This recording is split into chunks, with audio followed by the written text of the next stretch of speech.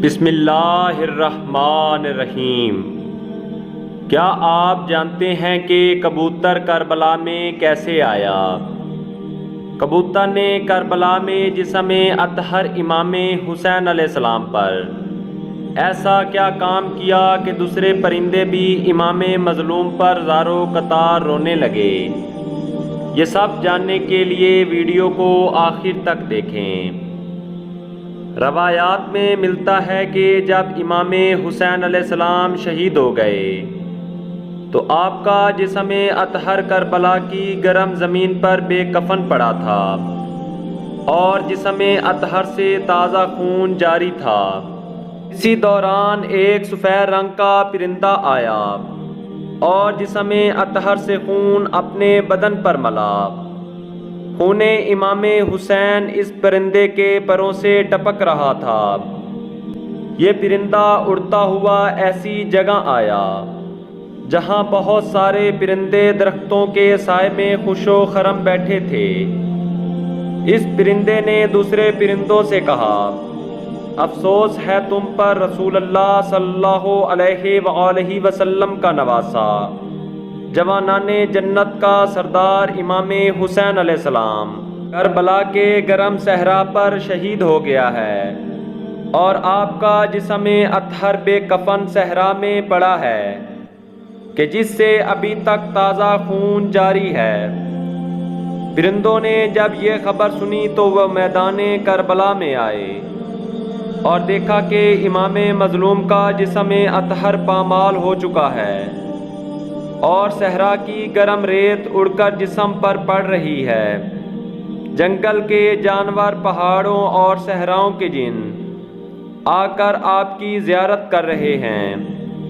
جب پرندوں نے یہ مظلومیت کا منظر دیکھا تو زارو قطار روئے اور خون حسین کو اپنے پروں پر لگایا اور مختلف اطراف کی طرف روانہ ہو گئے اور اپنی زبان میں لوگوں کو بتانے لگے کہ امام حسین علیہ السلام کربلا میں شہید کر دیے گئے۔ جب یہ پرندے اکٹھے ہوتے تو سب مل کر امام حسین علیہ السلام کا غم مناتے۔ ان میں سے ایک پرندہ مدینۃ الرسول میں آیا اور روضہ رسول پر گیا اور کافی دیر تک سرور کائنات صلی اللہ علیہ وآلہ وسلم کو ان کے مظلوم نواسہ کا پرسہ دیتا رہا۔ اس پرندے کو دیکھ کر دوسرے پرندے بھی اکٹھے ہو گئے اور اپنی اپنی زبانوں میں امام مظلوم کا غم مناتے رہے۔ اہل مدینہ نے جب پرندوں کو اس بے قراری کی حالت میں دیکھا تو پریشان ہوئے لیکن وجہ معلوم نہ کر سکے۔ اس واقعہ کے دن کو اہل مدینہ نے لکھ لیا۔ جب شہید کربلا کی خبر مدینۃ الرسول میں پہنچی تو اہل مدینہ سمجھ گئے کہ پرندے امام حسین علیہ السلام کے غم میں رو رہے تھے۔ انہی دنوں ایک یہودی مدینۃ الرسول میں رہتا تھا۔ اس کی ایک بیٹی اندھی اور اپاہج تھی۔ یہودی دن کے وقت اپنی بیٹی کو باغ میں لے کر آتا اور شام کے وقت گھر لے جاتا۔ وہ پرندہ اڑتا ہوا یہودی کے باغ میں آ کر ایک درخت پر بیٹھ گیا۔ اس دن یہودی اپنے کاموں میں اس قدر مصروف تھا کہ اپنی بیٹی کو گھر نہ لے جا سکا۔ یہودی کی بیٹی کو درخت کے نیچے ہی رات بسر کرنی پڑی۔ اسی درخت کے اوپر وہ پرندہ بھی بیٹھا تھا۔ پرندے کے پروں سے خون کا ایک قطرہ گرا اور اس کی آنکھ پر آیا۔ خون حسین کی برکت سے اس لڑکی کی آنکھ ٹھیک ہو گئی۔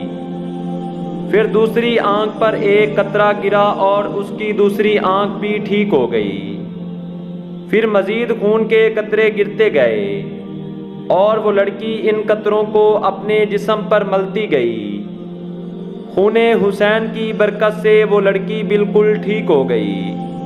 صبح کے وقت جب یہودی باغ میں آیا اور ایک تندرست لڑکی کو سامنے دیکھا تو اس سے اپنی بیٹی کے متعلق دریافت کیا۔ لڑکی نے کہا، اے ابا جان، میں آپ کی وہی بیمار بیٹی ہوں جس کو آپ باغ میں چھوڑ گئے تھے۔ اس کے بعد لڑکی نے اپنے باپ کو سارا واقعہ سنایا۔ یہودی یہ سن کر بے ہوش ہو گیا۔ جب ہوش میں آیا تو اس پرندے کے پاس آیا جو غم حسین میں مصروف تھا۔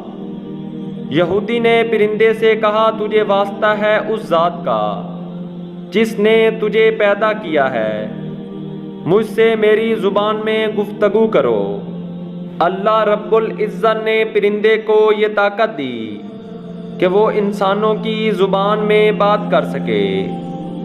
پرندے نے سارا واقعہ سنایا اور امام حسین کی مظلومیت کے بارے بتایا۔ یہ سن کر یہودی مسلمان ہو گیا اور اپنی قوم کے 500 افراد کو بھی مسلمان کیا۔ اللہم صلی علی محمد و آل محمد وعجل فرجہم۔ خدایا رحمتیں نازل فرما محمد صلی اللہ علیہ وآلہ وسلم پر اور آپ کی پاک آل پر۔